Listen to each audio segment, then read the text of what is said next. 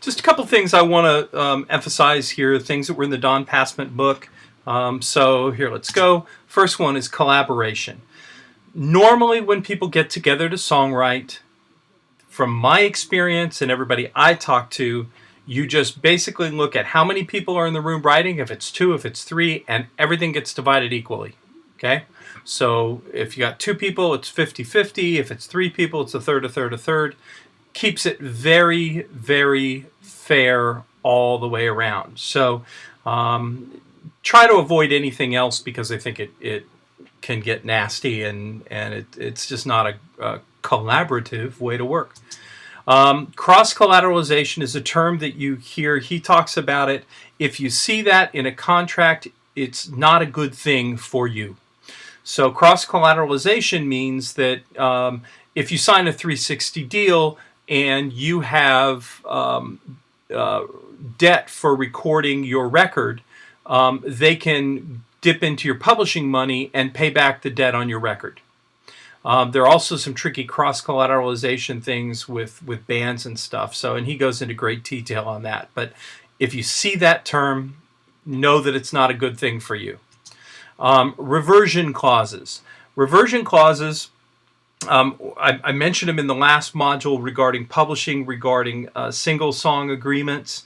But reversion clauses can go deeper. And so you can have all your rights revert to you if someone doesn't release a record. So there are all kinds of ways. Reversion clauses, good for artists, good if you're on the creative side. So if you can get that in there, you want to get that in there that after a certain period of time, the rights revert back to you. So if they don't exploit it for any reason, you get the rights back. Anyway, so reversion clause, good thing. Contractual approvals, you normally don't get very much control if you're signing a record deal or a publishing deal. It's just not built that way.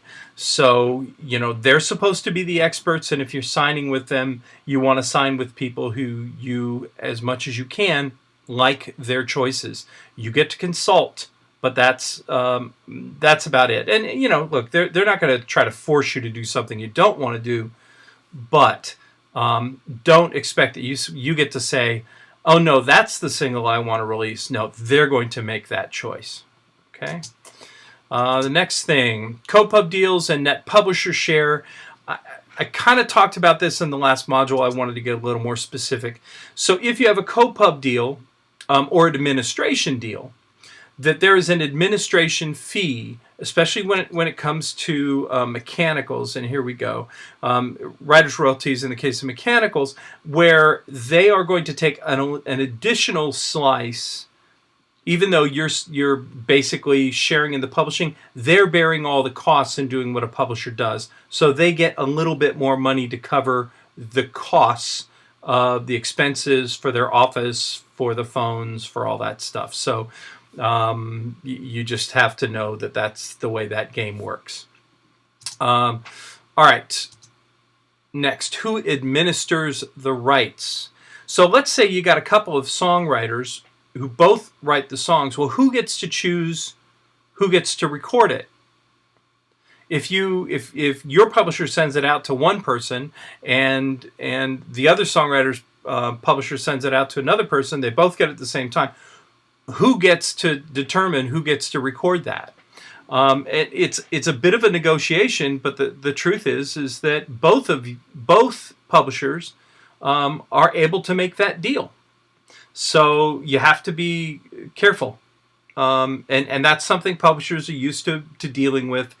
The conflict doesn't come up that often, but both the publishers, the people who own the publishing, as long as it's equal shares, they get to administer the rights.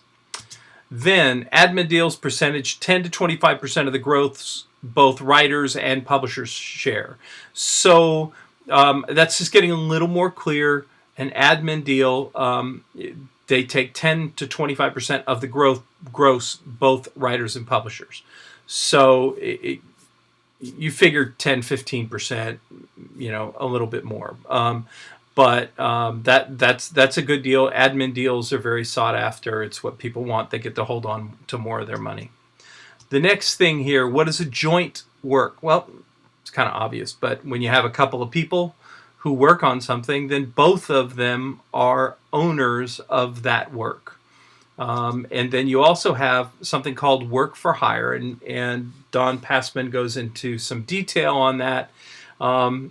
Basically, if it's a work for hire, then the publisher can control the work for hire. So let's say I work for a TV show and I'm doing music, and I'm a composer on the show. Then it's assumed that they are hiring me as a work for hire. They are paying me.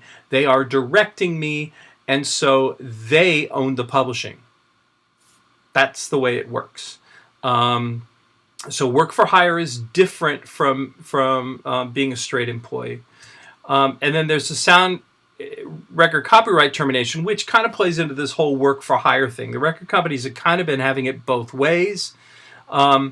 There is a clause that was written into the Copyright Act in the 70s that makes it so, I think it's 35 years, you can ask for your sound recording copyrights back from the record company.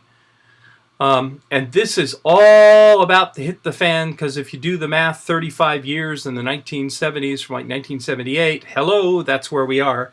So there's a whole bunch of lawsuits about to happen to try to define this because artists, of course, if they're famous and if these they perceive that the masters have value, they want those back. And of course, the record companies, if they perceive that they have value, do not want to give them up.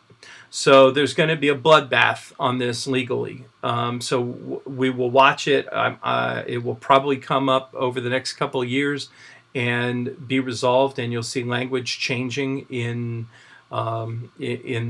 contracts. But it's a great thing because there's a lot of artists who recorded and are broke, and so this is kind of basically a retirement gift back to the artists to control their masters. So that's that. And then copyright registration. Who does the copyright registration? Should you copyright by sending into the U.S. government a registration form? Absolutely, legally, yeah. Practically, no, because as soon as you write it, it is copywritten. And if you put it up on YouTube or something like that, or it's playing or it's out there. Now, where it can get weird is if you ever have a legal tussle over who owns what. Then having the copyright registration is an absolute slam dunk. You won. So it's up to you to determine that. What a lot of people do is do a sound recordings copyright registration. They put a whole bunch of MP3s on a disc, send it to the Library of Congress, and copyright the sound recording, which then gives a marker as to when this stuff was written and who owns it. So that's what most people are doing, rather than doing individual. I think it was at $25, I think, to register a song, and that can get really pricey if you're writing a lot of songs. So that's why people are doing the SR version of the copyright registration. So I believe,